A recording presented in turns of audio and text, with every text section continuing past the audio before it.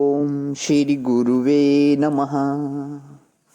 अज्ञानतिमिरान्धस्य ज्ञानाञ्जनशलाकया चक्षुरुन्मीलितं येन तस्मै श्रीगुरुवे नमः। ओम शांति शांति शांति। प्रणाम भगवान।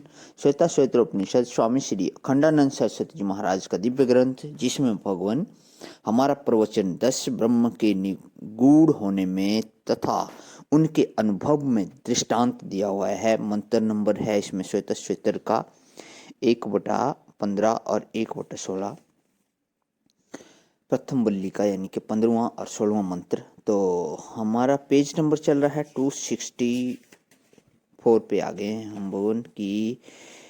पिछले सत्संग में बात चल रही थी कि उन साधनों की को ही साध्य समझकर प्रयत्न करने में डूब जाते हैं।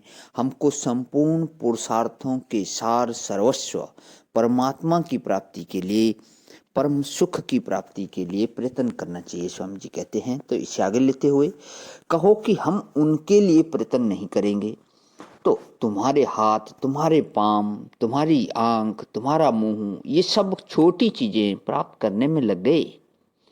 तुम खजाना नहीं चाहते हो, कानी कौड़ी चाहते हो। यह जो मंत्र है, तिलेषु तैलम तदनीव सर्पिहि, यह 2 बात बताने के लिए प्रवृत्त हुआ है।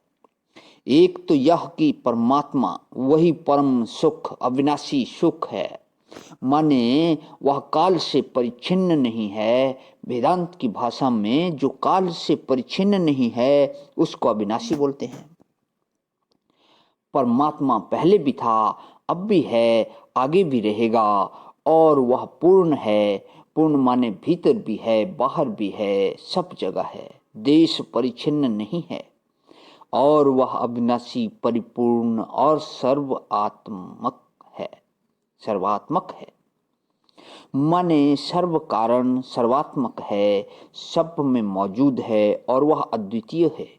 माने आत्मा और सुख का वहां भेद नहीं है, आत्मा परमात्मा का वहां भेद नहीं है। तो ऐसा क्यों कि देखो, कोई भी वस्तु सुख तब होगी, कोई भी वस्तु सुख तब होगी जब वह हमारे साथ जुड़ जाएगी। हमारे लिए तो वह सुख तभी होगी ना जब हमारे साथ उसका अभेद होगा। चंदन हाथ पर घिसा हुआ रखा हो और हमारे माथे न लगे, या हमारे हाथ में न लगे, या जिसको हम प्यार करते हों उसको न लगे, तो उस चंदन में प्रियता कहाँ है। इसी प्रकार रूप आंख से न दिखे तो उसमें प्रियता कहाँ से आवेगी।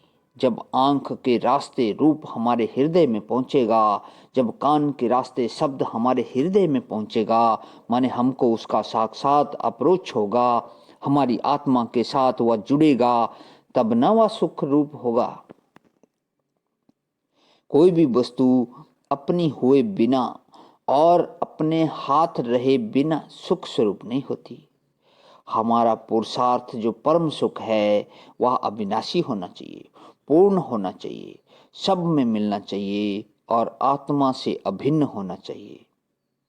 माने सब जगह मिलना चाहिए, सब समय मिलना चाहिए, सब में मिलना चाहिए, और अपने आत्मा के रूप में मिलना चाहिए, और उसमें किसी की गुलामी भी नहीं होनी चाहिए, पराधीनता नहीं होनी चाहिए, और उसके लिए जो श्रम किया जाए वह व्यर्थ भी नहीं जाना चाहिए।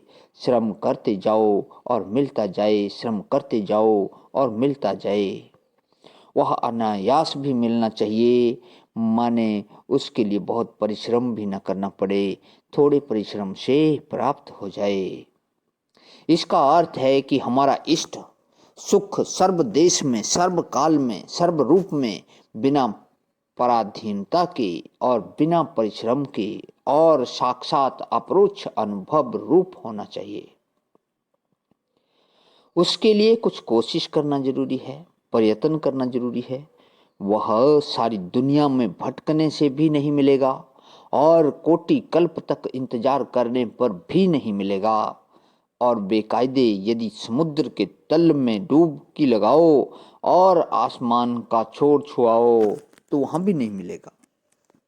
ऐसा है और है यही, क्योंकि यहाँ यदि न हो तो परिपूर्ण नहीं होगा, और अब न हो तो अविनाशी नहीं होगा, और यह न हो तो सर्वात्मक नहीं होगा। तब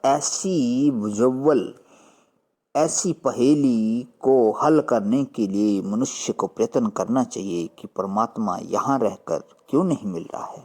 प्रणाम भुवन।